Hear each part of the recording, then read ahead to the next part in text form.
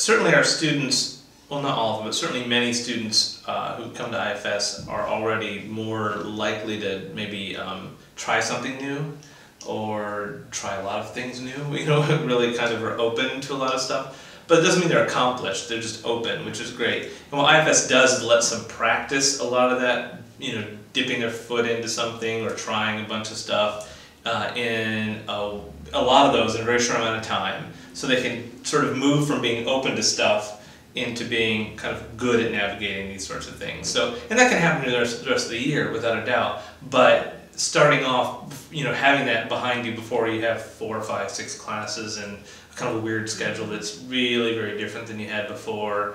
And then just the glut of communication you get once the school year starts and how disparate and unorganized it seems.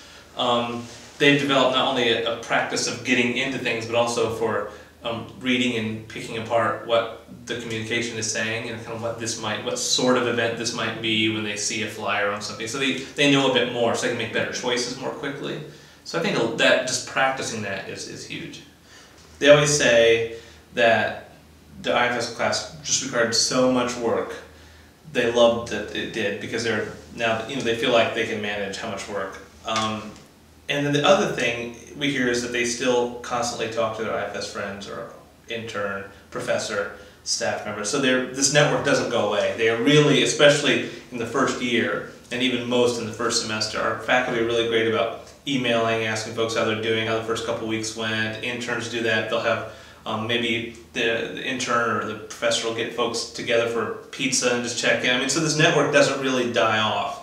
They're not living with each other every day, but they don't feel like they're just thrown out to this sort of unknown wilderness where they're all that kind of what's been used to, exam or find X resource, so they end up with so many more skills or strategies. And we noticed that a lot of the students too go on to become student leaders in their residential hall or elsewhere on campus.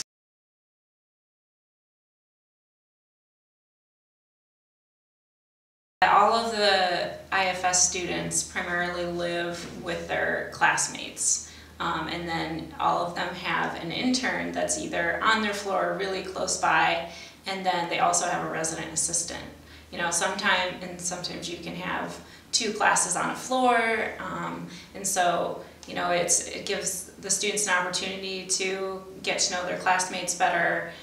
Easier access to their intern to do review sessions and asking questions of their intern when maybe they have some content of the course that needs clarifying, and so it just makes it easier for them to be more successful, and also sometimes we have classes that they're living together on the floor, and that's another opportunity for them to kind of talk about what they're each doing and maybe even relate to each other in some sort of way. So I think that's kind of a unique part of IFS. And of course, roommates is another issue that students have, and our program is only 3 weeks, so we don't allow students to switch roommates or anything. We always encourage students to work things out on their own, and to talk to each other should differences come up.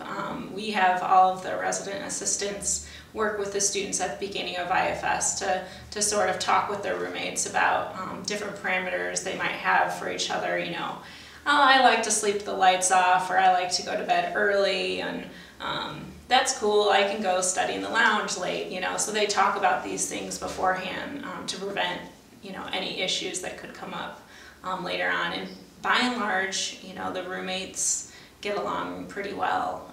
This year we haven't had any kind of big conflicts or anything like that. The student-staff ratio is really good, so you have maybe 10 students to one staff member, and that gives the students a lot of time to get to know the staff and to feel supported. And since they're living together, if 2 students are interested in attending a speed finding event, the others tend to just kind of go along. Oh, I'll check it out too, and then they end up kind of discovering new things about themselves and about each other and building those relationships.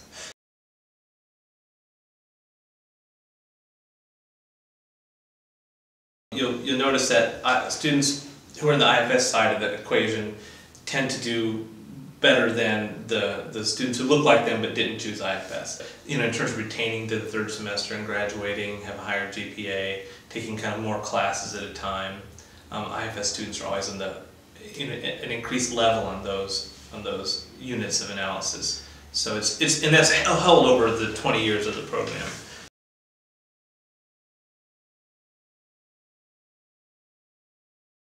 What they don't generally get their first day of college or freshman year is 3 hours a day, 5 days a week, in a very small seminar style, maximum 20-person setting with a professor who has designed a course specifically to excite them about something, and then that professor has committed to getting to know those people, engage with them, coming to lunch, having them over to their house, meeting their family, taking them to other events on campus, introducing special resources, basically really getting to know them, sitting down with them. If maybe you felt like you were a good student at high school but you kind of not done well in the first 2 writing assignments, the walls are broken down. There's not like, well, they need to come to my office hours sort of mantra. It's now in the dining hall, after everybody else is done with lunch, the kid stays behind and says, what am I not getting on my, I kind of bombed the last 2 things.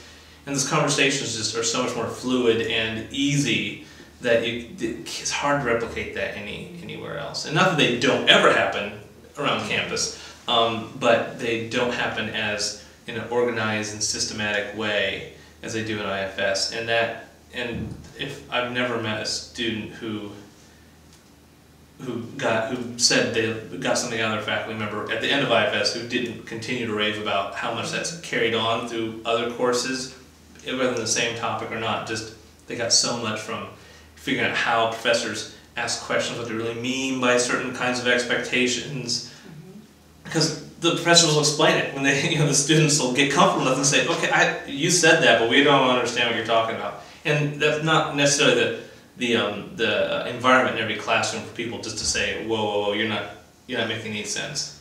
But it's more of a give and take, and people can really push into really finding what faculty are asking. And I think it really contributes to their confidence when they go into the fall semester then, because they've seen, oh wow, faculty members are real people and I can go and talk to them and ask questions. And so, it's more easy for them to then go visit their fall semester, spring semester professors when they start up.